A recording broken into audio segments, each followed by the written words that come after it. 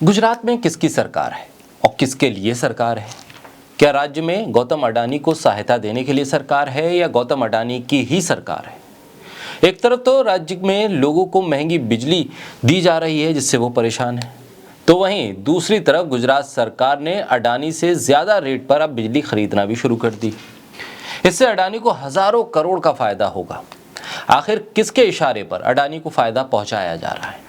ये सवाल इसलिए भी गंभीर है क्योंकि एक तरफ अडानी बांग्लादेश में सस्ते कोयले और सस्ती बिजली की बात करते हैं, तो दूसरी तरफ गुजरात में महंगे कोयले की दुहाई दे रहे हैं और महंगी बिजली गुजरात वालों को दे रहे हैं। ऐसे में खुद को राष्ट्रवादी बताने वाले अडानी बांग्लादेश में सस्ता और गुजरात के लिए महंगे कोयले का इंतजाम क्यों कर रहे हैं?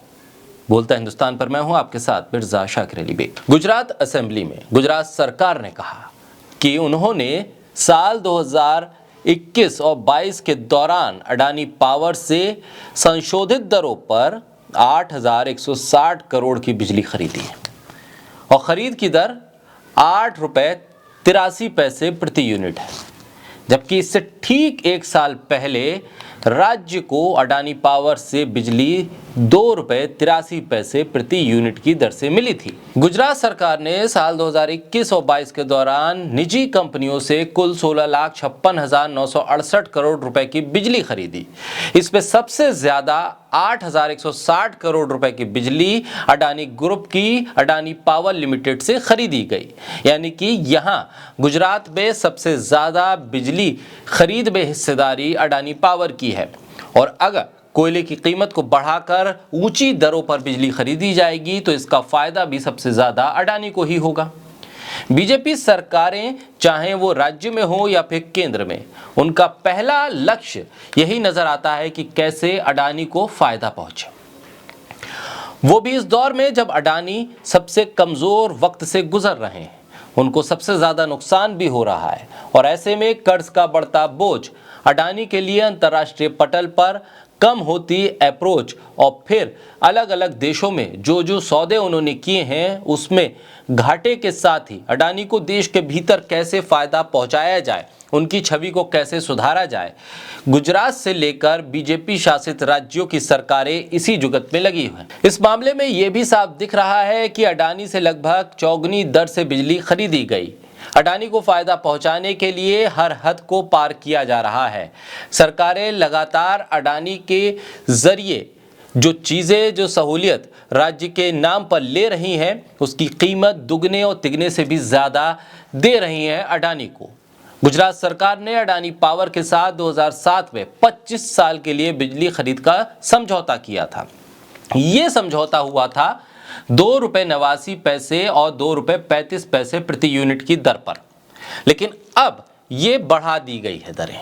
सरकार का तर्क है कि जो कोयला बाहर से आ रहा है उसकी कीमत बढ़ गई है और उसकी कीमत बढ़ने से बिजली के उत्पादन पर असर पड़ रहा है, लिहाजा गुजरात सरकार ने अब बिजली की दरों को बढ़ा दिया है ताकि जो महंगा कोयला अडानी पावर ले रहा है उसकी कीमत को वसूला जा सके। अडानी पावर की परियोजना कोयले पर आधारित है, इसलिए अब जो कोयला आ रहा है वो इंडोनेशिया से आ रहा है और इंडोनेशिया में अचानक से कोयले की कीमत को बढ़ा दिया गया है। और इस पूरे मामले में जहां कोयले की कीमत और बिजली की दरों में अडानी को मुनाफा कैसे पहुंचे, इस बात को टटोलने के लिए बिजली की दरों को बढ़ाया गया है ताकि अडानी को जो नुकसान बढ़े हुए कोयले की कीमत से हो रहा है उसकी भरपाई हो सके। कोयले की कीमत बढ़ी है, लिहाजा पूरी तरह से बिजली का उत्पादन भी नहीं हो पा रहा था क्योंकि कोयला मंगाया नहीं जा रहा था। अब जब बिजली की दरों को बढ़ा दिया गया है तो कोयले की आपूर्ति भी हो रही है और बिजली का उत्पादन भी शुरू कर दिया गया है। सरकार ने दलील दी कि ऐसा राज्य सरकार ने एक हाई लेवल कमेटी की सिफारिश पर किया है, जिसके बाद 5 दिसंबर 2018 को सप्लीमेंट्री करार किया गया और इस समझौते को केंद्रीय बिजली नियामक आयोग यानी सेंट्रल इलेक्ट्रिसिटी रेगुलेटरी कमीशन ने 12 अप्रैल 2019 को एक आदेश जारी करके मंजूरी दे दी। यानी सभी कानूनी दांवपेच के बीच अडानी को फायदा पहुंचाने की इस प्रक्रिया में तमाम कमेटी और एडवाइजरी बोर्ड को भी शामिल किया गया। यानी 2022 में अब 102% से भी ज्यादा दाम वसूले जाएंगे गुजरात के लोगों से बिजली के ऊपर भारत के पास कोयले का बड़ा खजाना है।